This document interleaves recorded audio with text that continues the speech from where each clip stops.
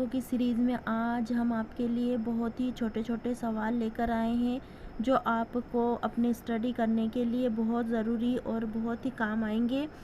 पूर्णांकों की सीरीज़ में पिछली 2 वीडियो में मैंने 2 प्रोजेक्ट डाले हैं, उन प्रोजेक्ट का भी इस्तेमाल करके इन सवालों को हल कर सकते हैं।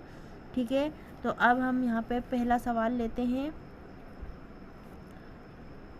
5 धन 7। ठीक है, 5 और 7, तो 5 और 7 दोनों धन की संख्या हैं, धनात्मक संख्याएं हैं, तो हमें नॉर्मल जो हम जोड़ करते हैं वैसा ही हम इसको जोड़ कर देंगे। 7 और 5 कितने हो गए हमारे? 12। ठीक है, ये हमारा आंसर हुआ। अब इन्हीं दोनों संख्याओं को हम चिन्ह बदल कर लेते हैं।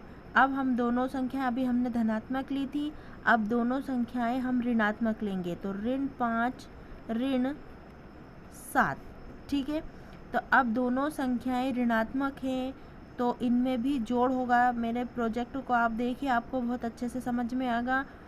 ऋण 5 और ऋण 7 दोनों संख्याएं ऋणात्मक हैं तो भी इनमें जोड़ होगा और उत्तर में ऋणात्मक चिन्ह लगेगा। ठीक है, अब इन्हीं दो संख्याओं को हम चिन्ह बदल कर लेते हैं।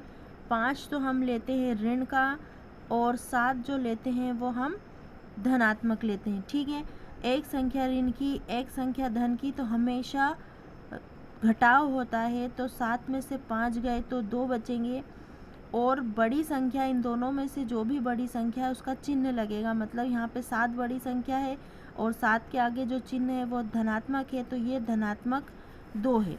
ठीक है, अब हम एक और हमारी जो आती है इसको हम 5 को हम क्या लेंगे? धनात्मक लेंगे और 7 को हम ऋणात्मक लेंगे। तो एक संख्या धनात्मक एक संख्या ऋणात्मक, तो भी इनमें घटाव होगा, तो 7 में से 5 गए तो 2 बचे और बड़ी संख्या का चिन्ह लगेगा, मतलब ऋण 2। एक ही तरह की संख्या लेके अलग अलग चिन्हों का उपयोग करके देखिए हमारे कितने सारे अलग अलग उत्तर हमें प्राप्त हुए हैं। ठीक है, इसी सीरीज़ में हम और 2-3 सवाल लेते हैं। बस हमें चिन्हों का ध्यान रखना है। छोटी संख्या हम लेते हैं 12 धन 15।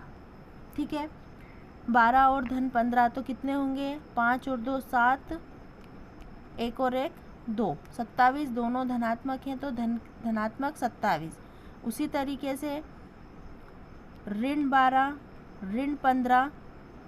ठीक है, तो ऋण दोनों धनात्मक हैं तो दोनों ऋणात्मक हैं तो जोड़ होगा, लेकिन उत्तर में ऋण का चिन्ह आएगा। ठीक है, एक संख्या ऋणात्मक एक संख्या धनात्मक तो घटाव होगा, 15 में से 12 गए तो 3 बचे और बड़ी संख्या का चिन्ह या धनात्मक 3।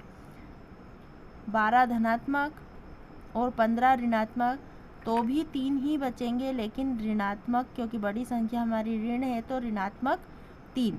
ठीक है, ये बहुत ही छोटे छोटे और जो मैंने प्रोजेक्ट समझाए थे उसके हिसाब से अगर हम इन सवालों को देखेंगे तो आपको बहुत अच्छे से ये समझ में आएगा। और इस तरीके के प्लस माइनस में छोटे बच्चे अक्सर गलती करते हैं, तो मुझे लगता है कि ये वीडियो उनको ज़रूर देखना चाहिए ताकि वो अपने स्टडी को बढ़ा सकें और इससे अपना फ़ायदा कर सकें। अगर आपको हमारा ये छोटा सा वीडियो पसंद आए तो इसे लाइक ज़रूर कीजिएगा और हमारे चैनल को सब्सक्राइब कीजिएगा। Thank you.